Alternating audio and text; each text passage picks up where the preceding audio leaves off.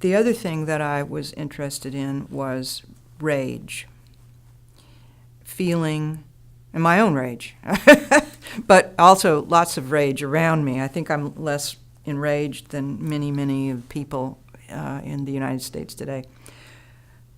But I think a lot of us live with a certain oscillation between rage and despair, and I think it has to do with the feeling that we are so free and we so value freedom in our traditions. We have all kinds of rights. We have free elections. I know sometimes people talk about elections being less free than they should be, but compared to some of the places in the world, we have tremendous freedom, and we're safer than so many millions of people in the world to act on our own values. And yet, when we go to the store to buy something, or we go to the polling booth to vote for somebody, I think that there's a lot of frustration a lot of people experience because, yeah, I have this range of options and nobody's telling me what to do. I can make my own decisions. And yet I still feel trapped. I'm not always very happy with the candidates on the ballot, whatever party.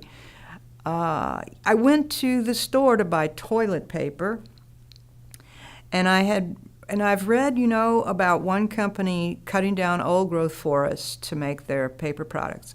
And I've also read about another company that is owned by some very wealthy men who fund terrible, anti-democratic, anti-poverty, not anti-poverty in a good way, but they fund things, political things, that hurt lots and lots of people. And their company makes the other brand, and then there's a third brand, and I'm not sure what I know about that company, and I'm standing in the toilet paper aisle of the grocery store feeling like I've got this momentous political decision that I have to make, and I don't know what to do. And it's all about toilet paper. People who want to do the right thing feel frustrated. And good people who want to do the right thing, who are continually frustrated, fall into despair. And one of the things that they do is they give up. And they just say, I can't, whatever this is what I do. I'll just do whatever. Most of the time they don't feel good about that, so they walk around feeling bad. Sometimes what people do is they get really angry, and they don't necessarily understand why they're so angry, but they're really angry. And I know that you can't explain mass shootings and road rage on the basis of this description, but I just see the level of rage increasing in our society over the last few decades. And I think, on the one hand, you have to condemn the things that people do when they're having road rage episodes or when they're pointing a gun at somebody. But on the other hand, I feel kind of sorry. I see some of these things as just the extreme expression of what so many of us live with every day. And I was thinking about this, so I'm willing to say, at least, for the sake of the argument, that we are the freest people on earth in this country. We certainly are freer than the vast majority of people. We have more options. We have more resources. If we feel that way, something's really wrong. If I feel that way, I'm better off than most people in this country. What's wrong? What's wrong with the way that we're thinking about what it means to do the right thing that's making it impossible for us to ever feel that we're doing the right thing? We're always choosing the lesser of evils. So putting those two things side by side, we can't deal with some of the major problems we're facing as a society unless we deal with it collectively or communally. And we're experiencing as individuals, I certainly am. I know I can't speak for others, but I really think that there's something to this.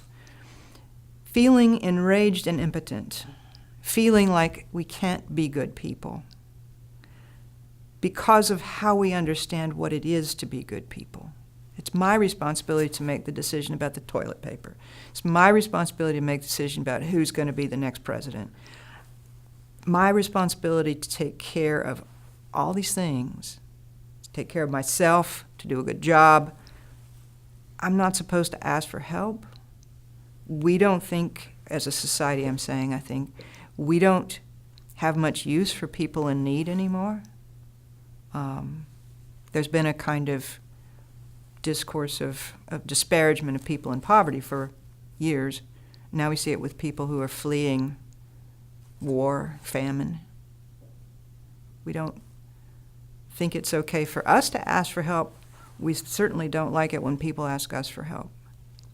So it's a very individualistic society, and I think we suffer as individuals. We have what I would call ethical anguish. That's a kind of suffering that goes unrecognized, and it adds to the stress of all the other things that we deal with. So I want to write a book about that, and of course, that's a huge, vague blob of a problem. Of course, so was race a huge, vague blob of a problem when I was first starting that.